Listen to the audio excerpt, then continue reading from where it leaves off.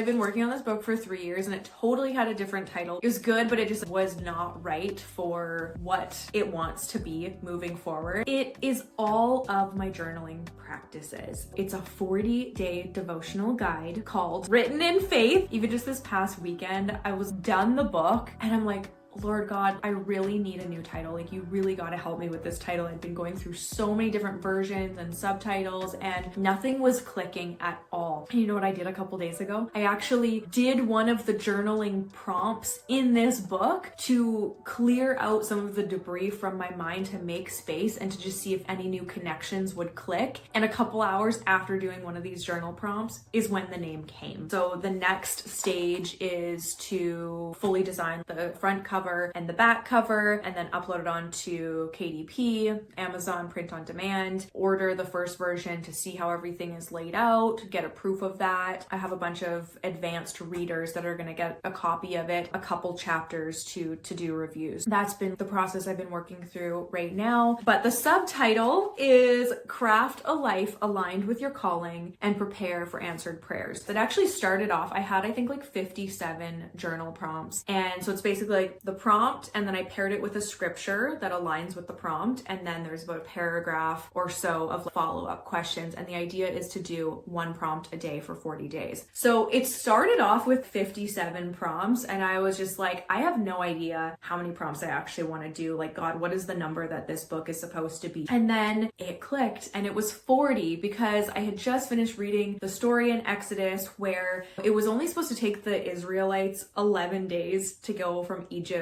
to the promised land, but it took them 40 years, and 40 is a very symbolic number in the Bible. Moses went on Mount Sinai for 40 days and 40 nights. That's when he got the 10 commandments. Jesus fasted for 40 days and nights in the wilderness before he started his public ministry. And all of this I talk about in the introduction of the book so that you understand, where did this 40 days come from and why is it symbolic. Also, Noah and the flood. Noah endured 40 days and nights while the flood waters were all across the world. When I learned about the story of the Israelites and how it was only supposed to take them 11 days, but it took them 40 years because of their constant disobedience and going away from what God told them to do, it completely connected with why I wrote this book and why I journal regularly, in order to continue to align myself with God's will. Because sure, I can want all of these things and I can think that I can do everything better, but those things are just going to take me off course. And that's what we see time and time again with our lives. And the key for this book is to help you get to your promised land way sooner. So similar to if the Israelites would have just followed God and what he said, they would have got to their destination in 11 days. That's honestly what so many of us do when we keep repeating the same mistakes over and over again, and we don't go below the surface even a little bit. These journal prompts are literally designed to help you truly tap into the lifestyle that you want to have, and then align that with God's will so that you can truly live this creative, Holy Spirit-led lifestyle. That's the whole idea of the book, and you're going to do that through a process of 40 days. So these are literally all the prompts I've just taken myself through. After 3 years of working on this book, I just want this for myself. I just want a little handbook, essentially, that I can flip through any day that I'm feeling a certain type of way, grab a prompt, work through it, and then move on. They really help you fast track where you're trying to get to go. Each of the prompts work off one another. So I've taken you on a really clear journey from prompt 1, which talks about, is it time to be replanted? And I give the example, if you've ever had to replant a plant into a new pot that's gotten too big for its pot, you take it out of the little pot and all the roots are like cramped and it doesn't have room to breathe. So it can't actually grow into its fullest expression unless you plant it in a bigger pot. So that's the first prompt of the book, is asking yourself, is it time to be replanted so that you can grow into who God is calling you to be? This whole book is taking you on a journey of who God is calling you to be as this creative woman of faith that is aligning her lifestyle and her art and her creativity and the work she's called to do and her destiny, all aligning it with God's call on your life. Regardless of what you're going through, I wanted this book to just be something you could like scan through the table of contents, grab a prompt and be like, that's what I need to work through today. And then you can journal on that. Obviously designed that you can go through the day 1 to day 40 process, but this is something that you're not just going to do one time. These prompts are truly timeless to keep you aligned with God's will for your life as a creative, faithful woman. That's basically what the book is about and why I'm so excited about it. The final stretch of writing a book,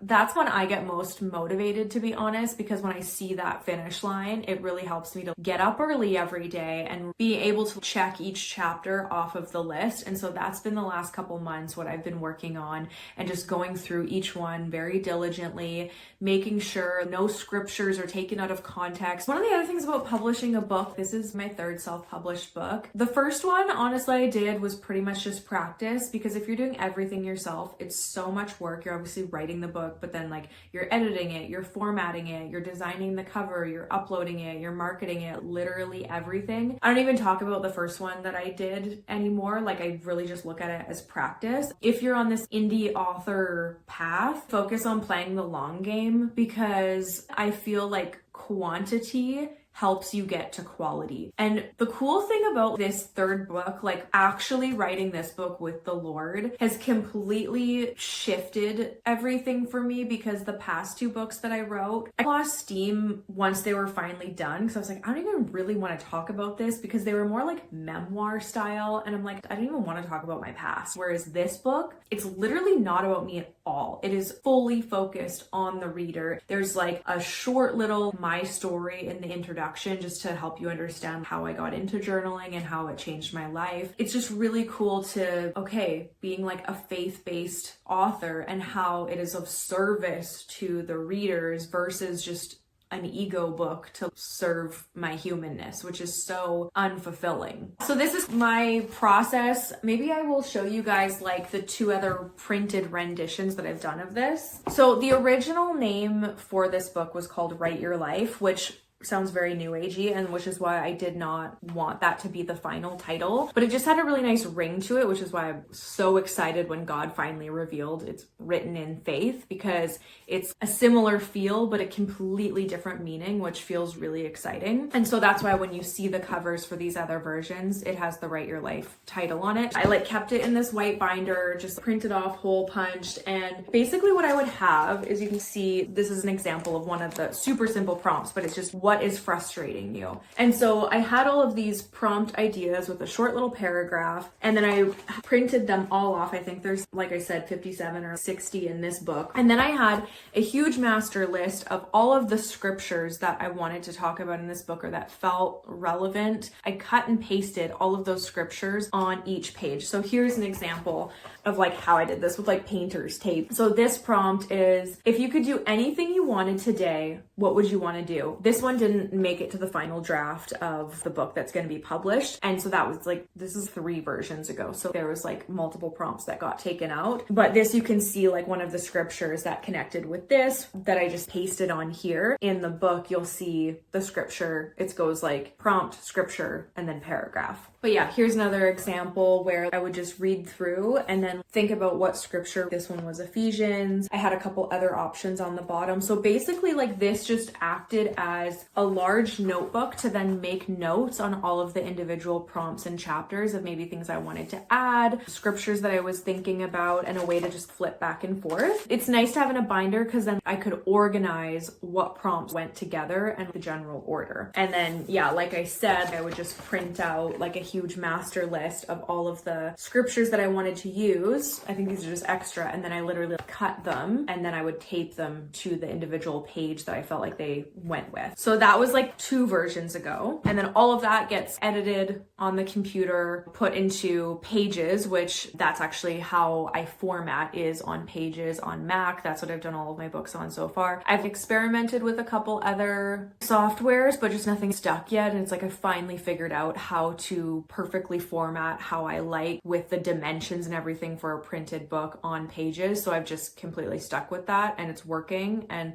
that's one of the things I've realized is like, if something's working working, just stick with it, because the learning curve of having to learn something completely different was not what I wanted to be doing, and it seems to be working quite well. The next draft was this one. That's just like a temporary cover page. So this was more like the introduction, all of the prompt just on individual pages. So this is, you can see how the book is actually going to be laid out. So it's going to have the prompt here, like day 2. I ended up changing it to day 1. Is it time to be replanted? So just like super simple font. This is going to be the size of the book. The dimensions is about 7.8 times just under 5, I believe. I have a smaller paperback style. But yeah, so the day, the prompt, the scripture, and then a nice little paragraph. And so what I did with this, printed it all out, and then this is where I went in and made additional edits. This one was day 7. What would you need to do differently to step into the creative, artistic lifestyle you desire? The prompt right before this is about imagining this creative lifestyle that you want to live with the Lord, walking in your calling. And then, okay, what would you need to do differently in order to actually live out that lifestyle? And then the prompt I have with this is, for as he thinks in his heart, so is he. I just have a short little paragraph, but I wanted to add more. So just an idea of like how the editing process works. Print it out, I add some more, and then going through all of those 40 prompts. And then once I'm done that, go back onto pages, make those edits. And then that's how we have this third printed version, which has everything more like pretty much exactly how I want it formatted. You can see with all of those edits. The only thing I have left to do is to add the headers, because it's a very like aesthetic layout for this book. I don't want the header to take away from the formatting and the style. So a header would be like my name and the book title on each page. That's what I'm going to be doing this week. I've kept this book really simple. It's honestly only going to be about, I think, like 75 to 80 pages. That's something I really wanted for this book since the very beginning. I wanted it to just be this really compact guidebook that you can throw in your purse. You can just have on you at all times